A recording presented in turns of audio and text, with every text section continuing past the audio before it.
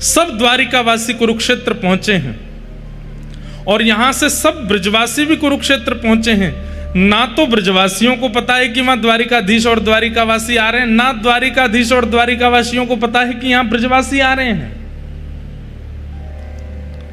केवल द्वारिकावासी और ब्रजवासी गए नहीं, पूरे भारतवर्ष के लोग वहां इकट्ठे हुए थे सूर्य ग्रहण पर यज्ञ करने के लिए। लेकिन जैसे सूर्य ग्रहण काल में वहां सब एकत्रित हुए, तब धीरे धीरे खबर उड़ने लगी और उड़ते उड़ते ठाकुर जी तक पहुंची कि ब्रजवासी यहां आए हुए हैं। ब्रजवासियों का नाम सुनते ही, यहां आए हुए हैं सुनते ही, ठाकुर जी इतनी तत्परता से पूरी व्यवस्था में लगे थे। सूर्य ग्रहण में ऐसे यज्ञ होगा, ऐसे हवन होगा, ऐसे वेद पूजन होगा, पाठ होगा। लेकिन जैसे ही सुना कि ब्रजवासी आए, ठाकुर जी तो बल दाऊ दादा से बोल, दाऊ दादा आप ही संभालो, अब मैं संभाल नहीं पाऊंगा। चिंतित हो गए ठाकुर जी। इच्छा तो हो रही है मैं कैसे भी ब्रजवासियों के सन्मुख पहुंच जाऊं, लेकिन एक कदम बढ़ाते ही ठाकुर जी रुक जाते हैं। बोले किस मुंह से जाऊं? मैया पूछेगी लाला इतने दिनान बाद आयो है तो क्या जवाब दूंगो? नंद बाबा मुंह को गोद में उठावे को आएंगे तो मैं किस मुंह से उनकी गोद में जाऊंगो? मधुमंगल श्रीदामा तन सुखा मन सुखा धन सुखा ये सबरे सखा, ये मोते कहेंगे लाला तेने बढ़िया सखा बनो हमारो, इतने साल है कि मिलो नहीं, मैं कहा उत्तर दूंगो? तो ठाकुर जी हर एक घड़ी बाद सोचते हैं कि अब मैं जाऊं ब्रजवासियों से मिल के आऊं, लेकिन फिर रुक जाते हैं, मैं कहा कहूंगो? सूर्य ग्रहण का समय आया, सुंदर स्वर्ण के सिंहासन पर ठाकुर जी को विराजमान किया गया। भारतवर्ष के कोने कोने से विप्रदेव आए हैं, कोई तुलसी अर्चन कर रहे हैं, कोई सहस्त्र कमल अर्चन कर रहे हैं, कोई पुष्प अर्चन कर रहे हैं, कोई रत्न अर्चन कर रहे हैं। सब ठाकुर जी के चरणों में कहीं से तुलसी चढ़ाई जा रही है, कहीं से पुष्प चढ़ाए जा रहे हैं। पर ठाकुर जी उस समय केवल नेत्र बंद करके ये बार बार विचार कर रहे हैं कि मैं परमात्मा हूं, मुझे कृपा करनी है। लेकिन बार बार ठाकुर जी भूल जाते हैं कि मैं परमात्मा हूं। फिर सोचते हैं मैं तो लाला हूं। यहाँ ब्रजवासी बाहर डोल रहे होंगे, यशोदा मैया नंद बाबा यहीं कहीं आसपास ही होंगी। जोर से सुगंधी भीतर लेते हैं कि वायु में कहीं नंद बाबा की हृदय की, यशोदा मैया की हृदय की सुगंधी मुंह को आ जाए। यहां नंद बाबा को पतो चली कि द्वारिकाधीश आए हैं, हमारो लाला आयो। नंद बाबा ने धीमे से जाकर के ये खबर यशोदा मैया को सुनाई। बोली अरे मेहर एक बात बताऊं? बोले कहा, हमारो लाला कन्हैया वो कुरुक्षेत्र में है। ये सुनते ही यशोदा मैया तो उठ खड़ी हुई, नेत्रों से कम दिखाई देता है। कहा सुनी मैंने, लाला कुरुक्षेत्र आयो है? बोले हाँ मेहर, लाला कुरुक्षेत्र में। भाव विह्वल हो गई, हाथ पकड़ लिए नंद बाबा के। बोले मुझे एक बार दिखाए दो, मुझे एक बार मिलाए दो। अब यहां नंद बाबा संकोच कर रहे हैं। यशोदा 100 से भी अधिक वर्ष हो गए हैं लाला को गए भय, और मैं और मेरे तेरे हृदय को भाव तो है ही कि लाला से मिलना है, पर वास्तविकता तो अब सबसे छुपी नहीं है कि लाला मूल रूप में बेटा तो देवकी वसुदेव को है ना, और अब तो वो द्वारिका को राजा बन गए है। सब वाकू राजा महाराजा कह करके पुकारे हैं। हमने तो सुनी है 16,108 ब्याह है गए, बड़े बड़े राजघराने की कन्यांते वाको ब्याह भयो है। हम भोरे भारे से ब्रजवासी जामेंगे, हमको देख करके कहीं लाला को संकोच है गए हो तो कैसे जाएंगे? यशोदा मैया बोली यही संकोच को चिंतन करते करते जीवन निकल जाएगो। अरे मेरी एक इच्छा पूरी कर दो बस, अब पता ना कब प्राण चले जाएं। एक बार लाला को, एक बार मेरे कन्हैया को मुंह को दिखाए दो। मैं देखना चाहूं लाला के नैन नक्श अबहु वैसे ही हैं, हाथ पांव वैसे ही हैं कि कछु परिवर्तन आ गयो है? एक बार तो दिखाए दो।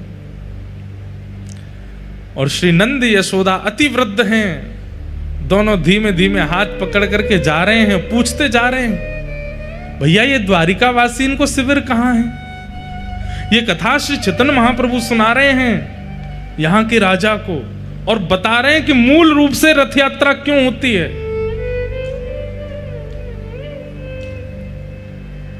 पूछते जा रहे हैं द्वारिकावासी कहाँ हैं।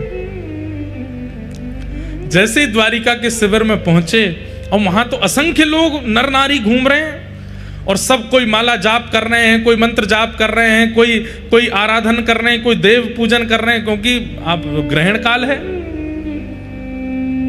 नंद बाबा जाके बोले भैया हमारो कन्हैया कौन से कमरा में है, हमारो कन्हैया कौन से शिविर में है, हमारो कन्हैया कहां बैठो है।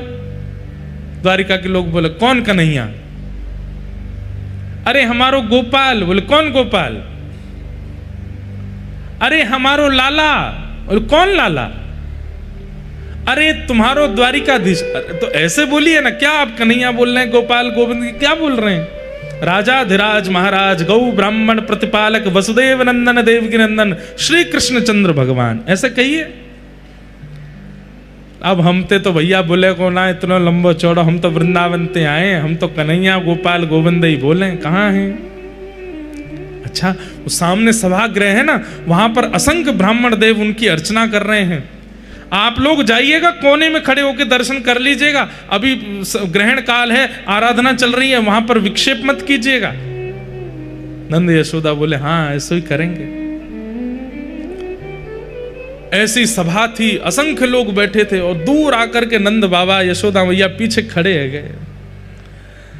नंद बाबा ने प्रथम दृष्टि में जैसे ही ठाकुर जी को देखा, ठाकुर जी की अवस्था 100 वर्ष के आसपास हो गई है, लेकिन ठाकुर जी का यौवन आज भी बाल कृष्ण की तरह है, आज भी वैसे ही कमल नेत्र हैं, आज भी ठाकुर जी के गुलाबी गाल हैं, आज भी अभी तक मुख पे रेशे प्रकट नहीं हुए हैं, ये दाढ़ी मूछ आदि अभी ठाकुर जी के आई नहीं है। रोने लगे नंद बाबा। यशोदा मैया बोली कहां भयो। बोले अरे यशोदा तो को तो दिखेगो नहीं, लाला सामने ही बैठो है, मुंह को दिख रहा है। यशोदा मैया तो व्याकुल लगे, मुंह को लेके चलो, मुंह को समीप लेके जाओ, मैं देखूंगी लाला को। ना अभी मना करिए ना, सबन ने पीछे खड़ी रहे। यहां यशोदा मैया थोड़ी हट करन लगी, जिद करन लगी, पीछे के लोग थोड़े से अव्यवस्थित जैसे हो गए, सब कहने लगे थोड़ी शांति रखिए, ठाकुर जी की आराधना चल रही है। और वो शांति कराते कराते कराते थोड़ी आगे तक आवाज आई तो भगवान के नेत्र खुले कि ये ऐसी अव्यवस्था कहां हो रही है। और जैसे ही ठाकुर जी ने नेत्र खोल करके पीछे देखा, 80 बरस के थे नंद बाबा जब लाला भये, आज कितनी अवस्था है ठाकुर जी की।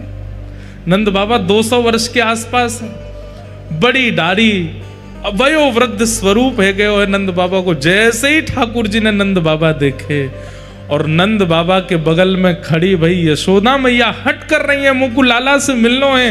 ये दृश्य जैसे ही ठाकुर जी ने देखा, आराधना तो सब भूल गए। वहां पर जितने ब्राह्मण खड़े, हाथ में रत्न की आराधना, कोई तुलसी की आराधना, कोई कमल की आराधना, वेद मंत्र बोल रहे हैं, साक्षात वेद प्रकट होकर के ठाकुर जी की आराधना कर रहे हैं। ठाकुर जी तो सब भूल भाल गए, तुरंत कूदे हैं अपने सिंहासन से और दौड़ करके गए और जाकर के मैया मैया मैया कहते हुए ठाकुर जी गए और जाकर के श्री यशोदा मैया की गोद में अंग में अंक से लगाया नहीं है। जैसे एक छोटा बालक दौड़ करके बहुत दिन बाद परदेश से आए हुए पिता की गोद में उछल करके लपक जाता है, गोद में चढ़ जाता है, ऐसे ही ठाकुर जी यशोदा मैया की गोद में चढ़ गए ऊपर। अपने दोनों पैरन से मैया की कमर पकड़ ली, हाथन से मैया को अंग पकड़ लियो और रुदन करने लगे, मैया की गोद में चढ़ गए।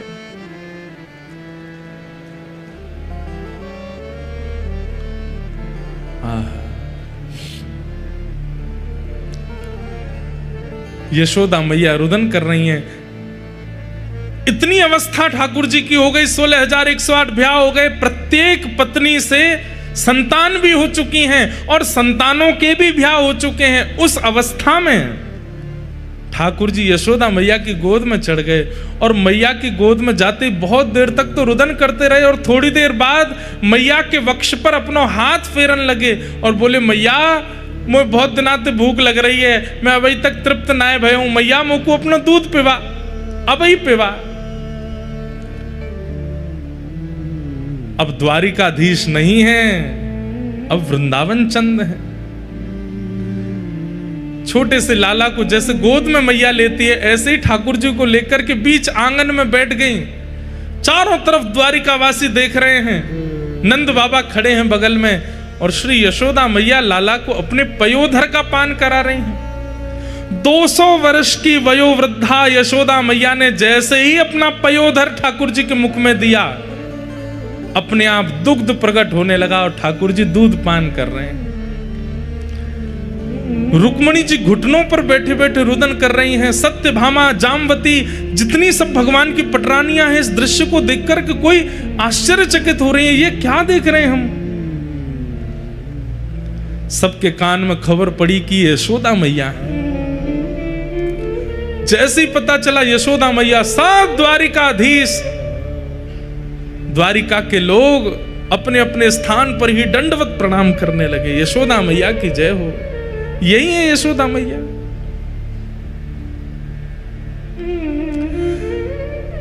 दूर से दाऊ दादा को पता चली कि मैया आई हैं, दौड़ करके आए और बोले, मैया मैं तो बचपन से कह तो आया हूं, तुम या कन्हैया को ही ज्यादा प्रेम करो। आज भी वाकू अपने पयोधर पे वाई दी और मैं। मैया ने तुरंत अपनी दूसरी गोद कही, लाला तू भी आ जा। और श्री दाऊ दादा भी लेट गए हैं गोद में, और दाऊ दादा दूसरा पयोधर पान कर रहे हैं। दोनों मैया के पयोधर का पान कर रहे हैं। रेवती महारानी बलराम जी की पत्नी देखकर कि वे भी रुदन कर रही हैं, सब भावुक हो गए हैं। यशोदा मैया के नेत्रों से प्रेमाश्रु झर रहे हैं। लाला के एक एक अंग को टटोल रही हैं। लाला का सिर कैसे है, केश कैसे हैं, कान कैसे, मस्तिष्क कैसे, नासिका कैसी, आंख कैसी, सब कुछ आज तक वैसा ही है जैसे वृंदावन में थे ठाकुर जी। कोई परिवर्तन नहीं हुआ।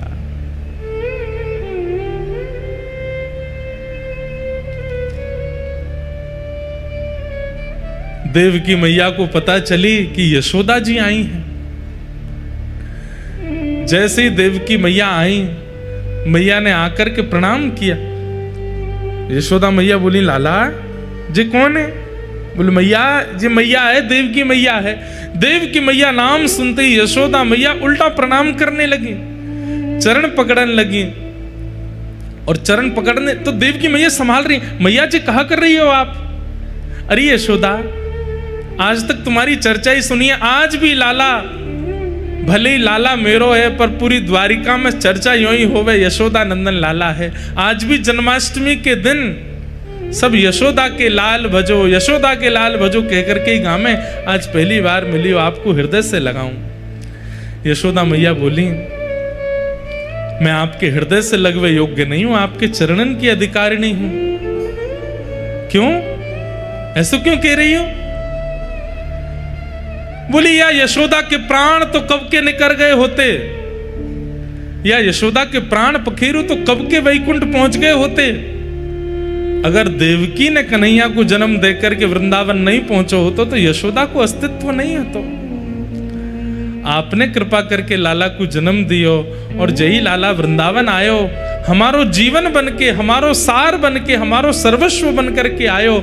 हमें सर्वस्व प्रदान करवे के काज में आपके चरणन को प्रणाम करूं। और हंसी में यशोदा मैया कहने लगी, मैया तो आप ही हो, मैं तो लाला की धाई मां हूं। जैसे मैया की अनुपस्थिति में बालक की सेवा करे, मैं तो वो हूं। ये सुनकर के देवकी मैया रुदन करने लगी। यशोदा जी से बोली, मां ऐसे मत कहो, आप पूरे द्वारिकावासी से पूछ लो, लाला आपसे कितनो स्नेह करे। नंद बाबा की गोद में चढ़ गए ठाकुर जी। ठाकुर जी मानो जैसे बिल्कुल बाल अवस्था में आ गए हों। अब बिल्कुल द्वारिकाधीश जैसी लीला नहीं करने। द्वारिका के लोगों ने कभी ठाकुर जी को ऐसे देखा ही नहीं, कभी यशोदा की गोद में, कभी नंद बाबा की गोद में। और यहां दाऊ दादा, जिनसे सब डरते हैं, जगन्नाथपुरी में भी श्री दाऊ दादा से ही डरते हैं सब, महाप्रभु जी से कोई नहीं डरता। वो दाऊ दादा भी आज इतने बालवत अपनी क्रिया कर रहे हैं।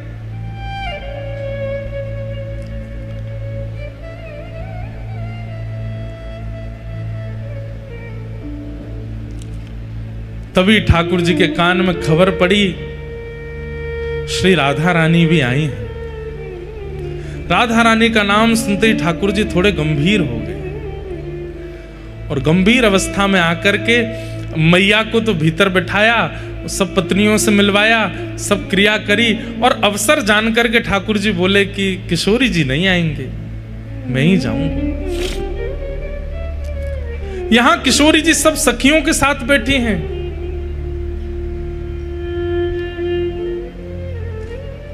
तभी बैठी बैठी किशोरी जी अचानक कहती हैं, ललिता ऐसो क्यों लग रहा है कि द्वार पर श्री कृष्ण आए हैं, तू देख तो। ललिता जी बोली, कृष्ण नहीं आए हैं, हमें अभी अभी पता चली है कि उनकी तो आराधना चल रही है, बड़े बड़े विप्रदेव आकर के उनकी अर्चना कर रहे हैं, वो बड़े व्यस्त हैं, वो कहां से आ जाएंगे यहाँ पे। किशोरी जी बोली, नहीं ललिता, तू एक बार जाकर के देखना, मुझको ऐसा लग रहा द्वार पर श्री कृष्ण खड़े हैं। विशाखा जी बोली, आपको क्यों ऐसा अनुभव हो रहा है। किशोरी जी बोली, अभी अभी जो ब्यार चली ना वायु की, वह ब्यार में श्री कृष्ण के तन की सुगंधी है, और ये सुगंधी आज 100 वर्ष बाद मेरी नासिका को प्राप्त भई है। मेरा हृदय मयूर नृत्य कर रहा है, मुझको पूर्ण रूपेण विश्वास है, तुम द्वार पे जाके देखो श्री कृष्ण खड़े हैं। ललिता विशाखा जैसे ही गई और जैसे ही द्वार से पर्दा हटा करके देखा, लाल नेत्र हैं ठाकुर जी के, अश्रु बिंद भरे हैं नेत्रों में, और श्याम सुंदर चुपचाप खड़े हैं नीची नजर करके, और खड़े खड़े मानो जैसे कोई कहने में तो थोड़ी अतिशयोक्ति लगती है, लेकिन अत्यंत व्याकुल व्यक्ति या अत्यंत आत्मग्लानि से भरा हुआ व्यक्ति होता है, जिसे बस ये लगता है मैं मुख कैसे दिखाऊं। ऐसे ठाकुर जी दोनों हाथ समेटे नीची नजर खड़े वहां खड़े हैं। देख करके तुरंत समस्त अष्ट सखियां आदि सब गोपियों ने सब तुरंत दंडवत प्रणाम किया। आज 100 वर्ष की प्रतीक्षा के बाद ठाकुर जी दिखे। ललिता विशाखा जी बोल रही हैं, लेकिन मुख से शब्द नहीं प्रकट हो रहे हैं। कह रही हैं, श्याम सुंदर आप यहां क्यों खड़े हैं, भीतर चलिए। किशोरी जी बुला रही हैं। ठाकुर जी बस सिर हिला के इशारा कर रहे हैं, मैं अधिकारी नहीं हूं भीतर जाने का। यहां भीतर किशोरी जी व्याकुल हो रही हैं और बार बार बस यही देख रही हैं, इतना समय, इतना विलंब क्यों लग रहा है, क्यों नहीं आ रहे हैं श्याम सुंदर। जैसे ही किशोरी जी बाहर निकलने के लिए अपने आसन से उठी, तभी ललिता जी बोली, देखो श्याम सुंदर आप भीतर नहीं जा रहे, किशोरी जी बाहर आ रही हैं। जैसे ही ठाकुर जी ने सुना कि किशोरी जी आ रही हैं, तो अरे वो क्यों श्रमित हो रही है, मैं चल रहा हूं ना भीतर।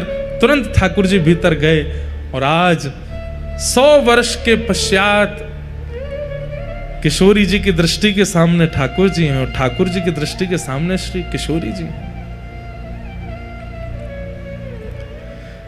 शब्द नहीं है। ये द्वारिका व्रज मिलन जब हुआ है कुरुक्षेत्र में, उस समय वार्ताएं नहीं हुई हैं, केवल सब मौन हैं, एक दूसरे को देख करके ही आनंदित हो रहे हैं। सबके मन में बस एक ही भाव आ रहा है कि बोल करके किसी संवाद को प्रारंभ क्यों करें।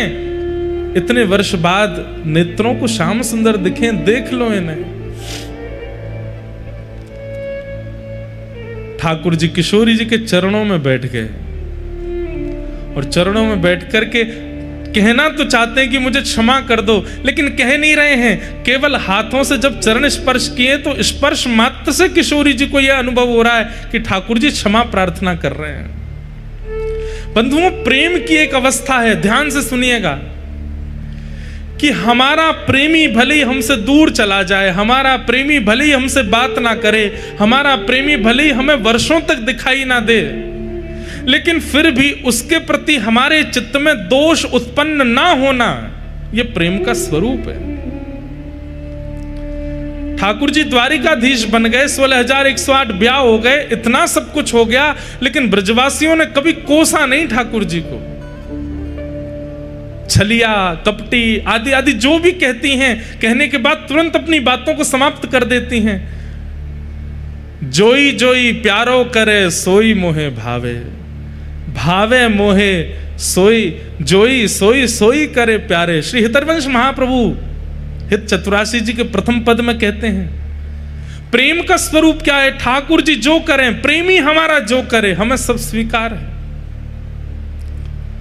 ब्रजवासियों ने कभी शिकायत नहीं की ठाकुर जी से। आज 100 वर्ष थोड़े होते हैं। यहाँ कोई 10 दिन हमसे बात ना करे तो हम लोग उसके प्रति व्यंग कसने लगते हैं। 100 वर्ष बाद ठाकुर जी मिले हैं, फिर भी किशोरी जी, सब गोपियां, सखियां, नंद बाबा, यशोदा, किसी ने शिकायत नहीं की ठाकुर जी से।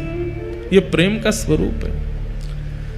ठाकुर जी जिस प्रकार किशोरी जी के चरण कमलों का स्पर्श कर रहे हैं, किशोरी जी समझ गई हैं कि ये मुझसे क्षमा प्रार्थी हो रहे हैं। तुरंत किशोरी जी नीचे बैठ गई, हाथ पकड़ लिए, बोले आप क्या कर रहे हैं, ये इस प्रकार आप चरण क्यों छू रहे हैं। ठाकुर जी कह रहे हैं मुझे बहुत आत्मग्लानि हो रही है।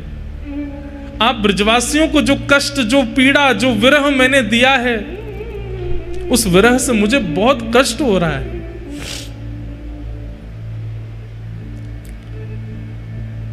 किशोरी जी ने हस्त कमल पकड़े, बोले नहीं, आपने हमें कोई विरह नहीं दिया। आप ही तो कहते हैं कि विरह में प्रकट किए गए अश्रुबिंद वो चित्त का मार्जन करते हैं, चित्त की शुद्धि होती है। अरे किसी के 1 दिन की शुद्धि, किसी के 10 दिन की शुद्धि। हम ब्रजवासी कितने सौभाग्यशाली हैं, हमारे तो 100 वर्ष की शुद्धि कर दी है आपने। और ये 100 वर्ष की शुद्धि हमारी नहीं है श्याम सुंदर, हमारे आने वाली पीढ़ी व्रज में जितने भी लोग जन्म लेंगे युगों युगों तक, चाहे वो कोई क्रम करें, नियम करें, अनुष्ठान करें, चाहे ना karen, वो फिर भी शुद्ध ही रहेंगे, क्योंकि उनके बट का भी रुदन हम ब्रजवासियों ने कर लिया है। वे परम पवित्र रहने वाले हैं। इसलिए ब्रजवासी सर्व पूज्य है। बड़े बड़े मठाधीश भी प्रणाम करते हैं ब्रजवासियों को। क्यों? ब्रजवासियों के बटके अश्रुबिंद ब्रजवासियों ने उस समय में बहा दिए।